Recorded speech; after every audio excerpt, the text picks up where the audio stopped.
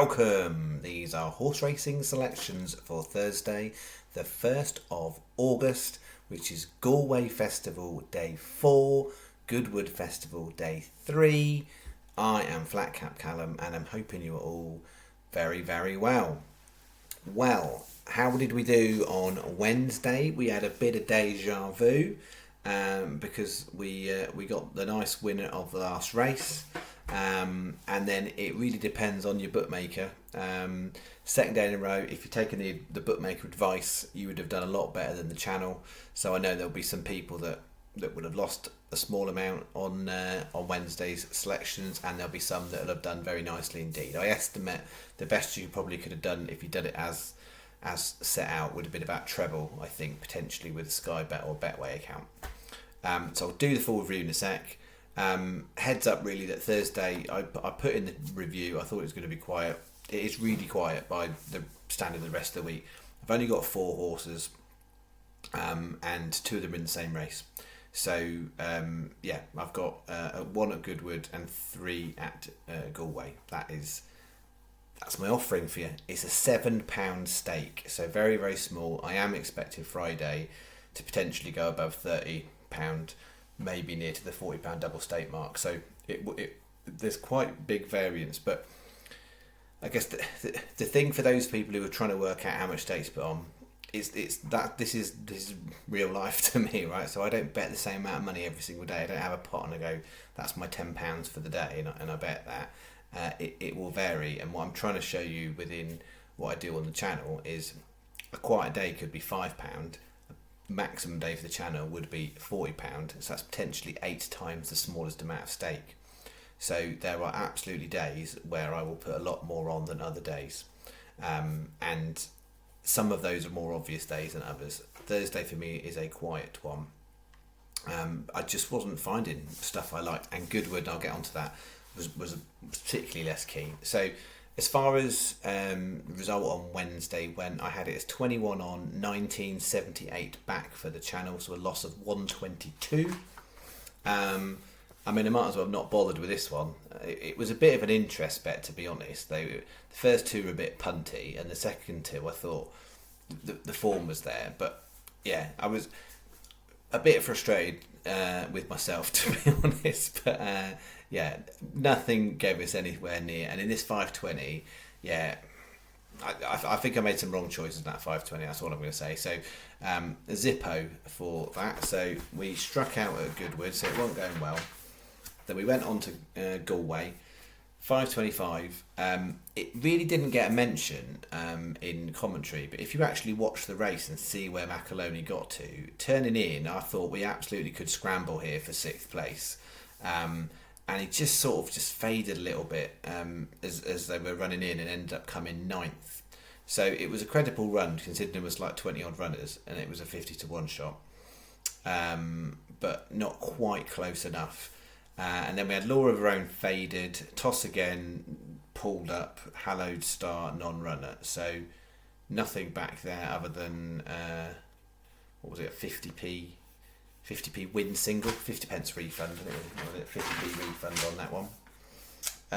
And then here we had another one where we had a refund, so that was £1.50 refund.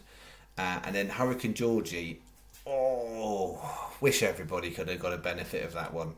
So Hurricane Georgie did exactly what I said I thought it might do, which was not be anywhere near and sort of come on near the end, and managed to get 7th, which Sky and Betway paid out for. So if you were Sky or Betway, well done. I know I've had at least one person say they got 66 on Hurricane Georgie for a place at 66s. That's lovely.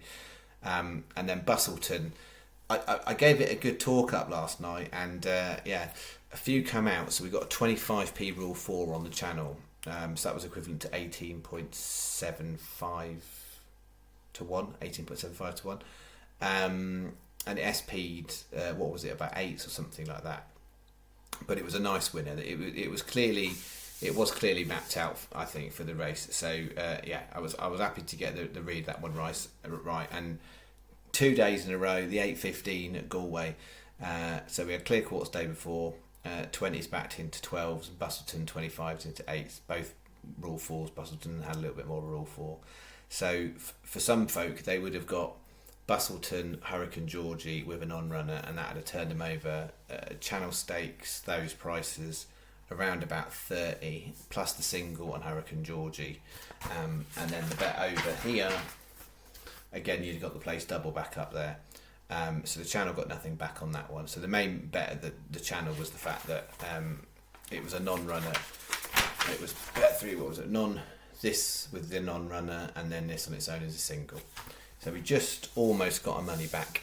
So that leaves us £5, £5.17, £5.14, something like that.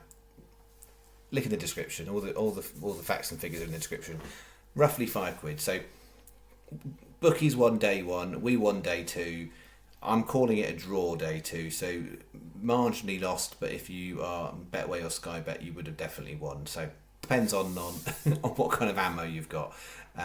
So £5 up for 3 days. So we are still living to fight another day. There'll be plenty of folk that will be rolling around with a bag of nuts after the first 3 days. I didn't mention at the time, if you even look at Monday at Galway, there's 2 big field handicaps.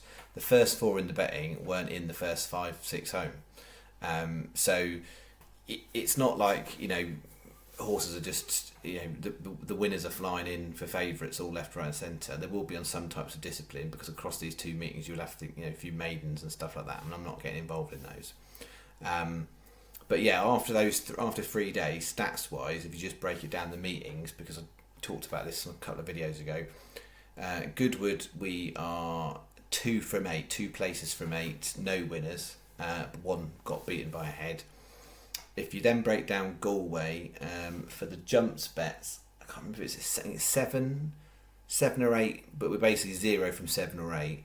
Flat bets, flat handicap bets, 5 from 11.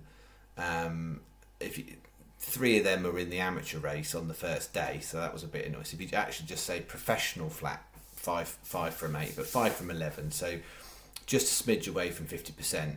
And of those 11 horses I've selected in flat handicaps, we've had 25 to 1 winner, 20 to winner, and 33 to 1 that got beaten ahead. So really comfortable that I'm in the right ballpark for those.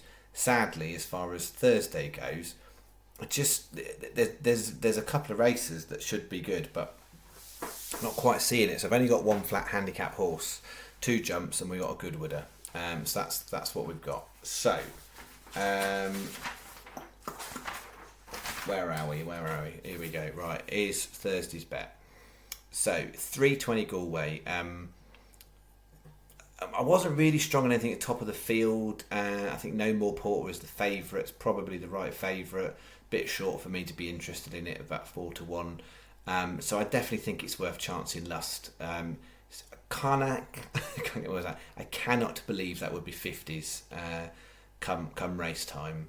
There's about 3 or 4 major bookies paying 50s. In Paddy, Betfair, maybe 365.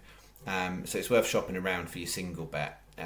It's got some interesting back form. Stable changed. They ran it a couple of times at Dundalk in the winter, so it was coming off a layoff. If it gets back to some of the form it's had before, then absolutely that's a massively overpriced horse. So I think a few people will cotton on to that. And I think the horse will go off shorter. The trainer is not prolific. The jockey is not prolific. So it's not. It was trained by Ger Lyons. It's not anymore. So that's kind of where your price is at, as well as the layoff. But I think that's worth chancing at 50s. If it was 20 to 1 shot, I probably wouldn't put it in. But 50s I will. 335. The 1 horse at the Goodwood, because basically at Goodwood you just got 2-year-old, 3-year-old races across the piece. And unless I've got anything strong, I'm not going to do a Wednesday and put a couple of bits of flyers in there. So we're just going to go with what I think is a fairly obvious selection for an each way bet in the Nassau? I think it's Nassau. Nassau Stakes. I think that's right. Get these things wrong. Generally speaking, I get most of it right when I'm talking about the descriptions and whatnot. It's not like I'm on here going, here's 1 horse, and I'm going to tell you it's a 2-year-old running in a nursery, and it isn't. It's 3-year-old, and it's running in a handicap that's like open company. one horse and you get that wrong. Anyway, that's about that stuff. Oh, there's some people about in there. Anyway, so Al Malka, it won the 1,000 guineas, and from a ratings perspective, it should be shorter against the other three that are ahead of it in the betting. So it's fourth favourite, but I think that horse should be about 11-2. So there's definitely a little bit of margin in that, not loads, but from an each way perspective, I'd have that finishing in the top three. There's a query about the firm ground, but I think it's all right. And obviously, you never quite know when horses turn up at Goodwood and not run there before. But it won the 1,000 guineas, and on basic bare ratings and weight adjusted ratings, that should be top three. So we'll chance that in. And then the 505, there's a couple of short ones in the betting that definitely have got some nice chances. But I'm going to go for a couple at a bigger price. I do think these will both come in as well. Mighty Tom's already come in. It was a much bigger price. I think you might even still be able to get something silly like 33s on 365 at the time next video. It might have even changed, but something around that. Mighty Tom 20s, and she could be anything at 25-1. They are both in. So place terms we've got here is 5 standard terms, 3 across the board, and 6 for quite a few bookies on here. Sky are ultimately favourable overall for the bet, but then Paddy, Betfair, Hills 888 and Unibet are the other bookies paying 6 on this one. So you want one of those. So Betway yesterday, not Betway today. We don't want to go near Betway today. We're saying if you've not got Sky, go Paddy, Betfair, Hills 888, Unibet. The last 2 days, taking the bookie advice has definitely helped. You would have come back with a much better return.